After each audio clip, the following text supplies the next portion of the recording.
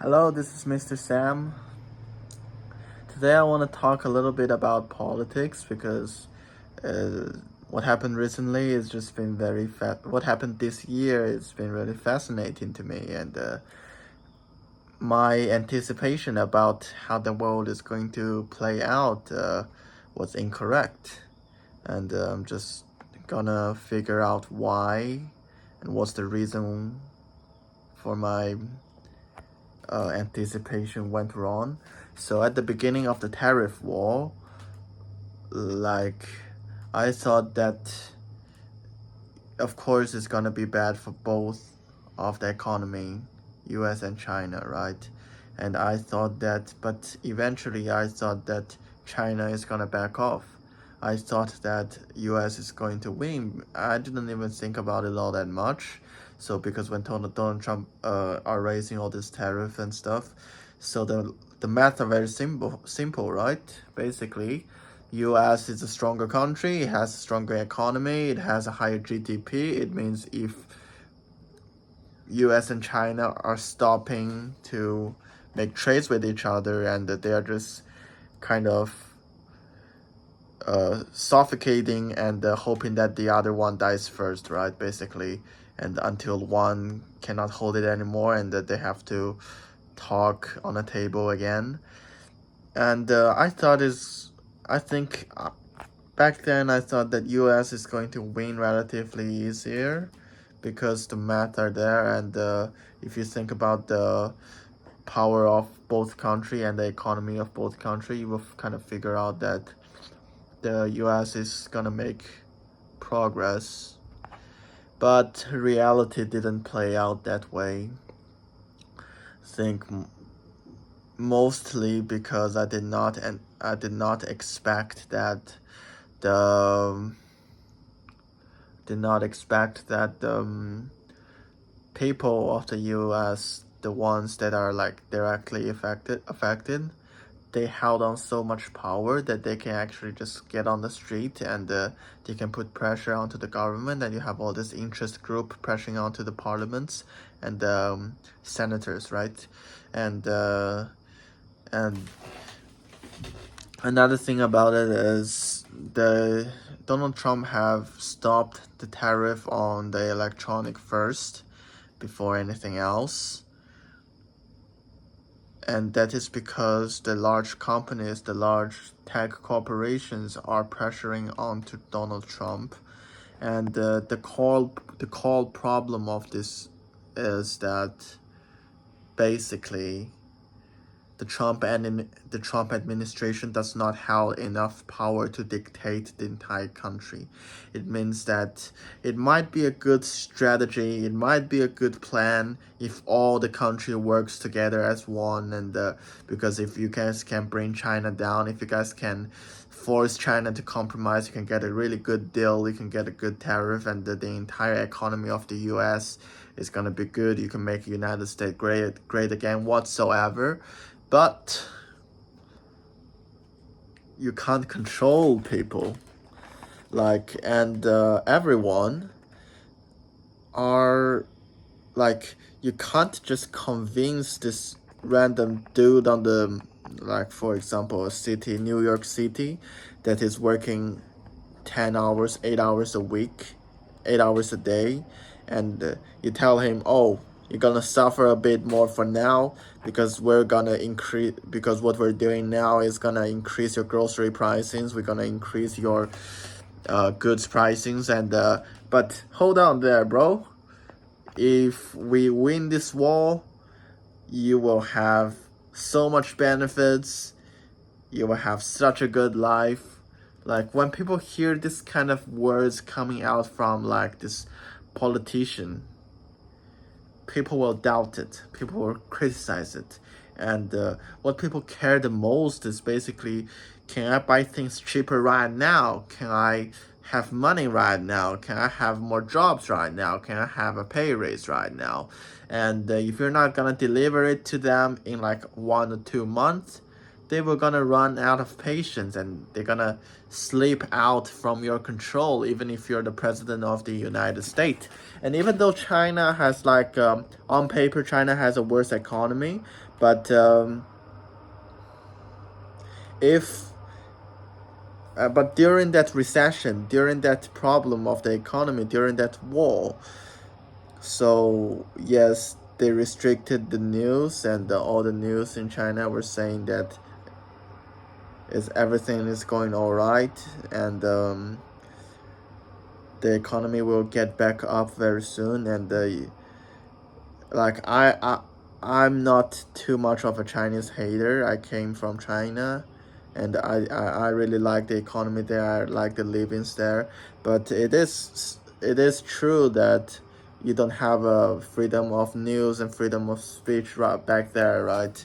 It's not as crazy as some of the Western media would say, but yes, it is not very free, and you can see that the population over there are much more obedient to the government than the U.S. citizen.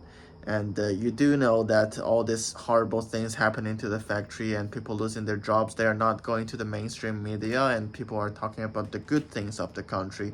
And I think that partially that actually helped with China, so that nobody is going on the street for a parade, nobody is doing anything mischief, and if anybody does it, we're gonna put them into the police station, we're gonna talk to them. If it's like really serious, we're gonna throw them in jail, but normally it's gonna be like 7 days to get out, or something like that, right? It actually helps the leadership of Chinese Communist Party so much, because that even though China might be suffering a higher economy economic strike, but the people there and the government, it's much more resilient. Like it is partially because of the way that the Chinese bureaucracy runs, and the other part I would say it might be because that the China has only gotten rich for the last 20 years or so. 20 years ago, China was very poor. It was Philippine. It was basically Philippine. And most of the Chinese working force, they're actually much more resilient and strong. They're gonna be happy for what they have, because come they just come from such an increase, such a crazy economic growth. And but before that growth, they came from very poor village, and a lot of the Chinese people, they see how the government leads them to such an economic miracle, and they just generally trust the government a lot more. That can also be a reason too. And so even on the paper, United States should win the trade war, eventually nothing legitimate has happened. And I would even argue that this trade war policy towards the entire world is actually very bad for the United States, because they're trying to get this amounts of results from this action, but they only get this amounts. And this amounts of results, it's not good enough for them, because they're sacrificing a lot of other things by doing all this random stuff with the economy. They're actually risking the US dollar credits, basically, we can say that. And yeah, it is also making sense when you think about it in a way that in the system that I was talking about before, right? Dictatorship is actually not that bad if you have like a good dictator. Shoo, there's a dog coming in. If you have like a good dictator, you say whatever and everybody follows your instruction, and you will have such a great power, and whatever you say gets done so fast, and it's generally a good thing. The worst, but why is people hating on dictatorship? So partially it's because that when a dictator grows old, they becomes retarded, and they do retarded things to China economy, to economy of the country. They become very stupid, and they want more and more power, and eventually a lot of the dictators has fucked their own country, right, in the history. And the other problem with dictatorship is that you don't have like you don't have reliable way to choose the next dictator. So you're gonna choose a son, but what if he is retarded? You're gonna choose someone you trusted the most, but it is not chosen by the people, and they might not act on behalf of the people, so that the people who lives in a dictatorship country is gonna suffer a lot more. But in terms of the efficiency and the power of the entire country, dictatorship is actually more beneficial, although it is sacrificing parts of the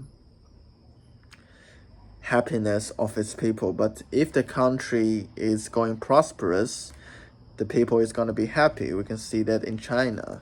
So yeah, we don't want your opinions. We don't want the opinions of the people, and we just grow our economy, and people get happy because we got richer, and that is just how things goes. So you can picture it as a muscle. If you train your muscle, some of your muscle breaks, and your muscle feels sore, and you have this problem with your muscle, and you can't work the next day. And China's system is like, yeah, we're gonna exercise 4 times a week so that we got the muscle gains. We're gonna be jacked. And all these cells, all these muscle cells, they're actually listening to the brain of China, so that all these cells are working hard so that they can grow stronger. And in United States, it's not so much the same. So all these muscle cells, they're gonna have a meeting, and they came out with the conclusion that no guys, we don't want to work out because it is very tired. Some of us are gonna have a worse life, some of us will die, and the brain is having quite a hard time to control all these cells. And in fact, you can see in America, the times when hard times comes, when those great American presidents are like carrying the entire country, the country was not prosperous by parliament's meeting, because it is such a slow way to process any ideas and laws, right? It is always like this great president that actually centralizes the power, and just make things great again. I'm not entirely sure about the history of America, but I think that is how it goes. So yeah, I think it is generally not as efficient, but it is more consistent, given the fact that at least you have the right to vote for your leaders. So it is more consistent, and you have a lesser chance of getting a retard. And even if you do have a retard, at least you can take him out mid-term, right? So yeah, generally, I'm not making a conclusion, but I do think socialism has its things here and there, but it is not consistent enough to be mainstream, like how all the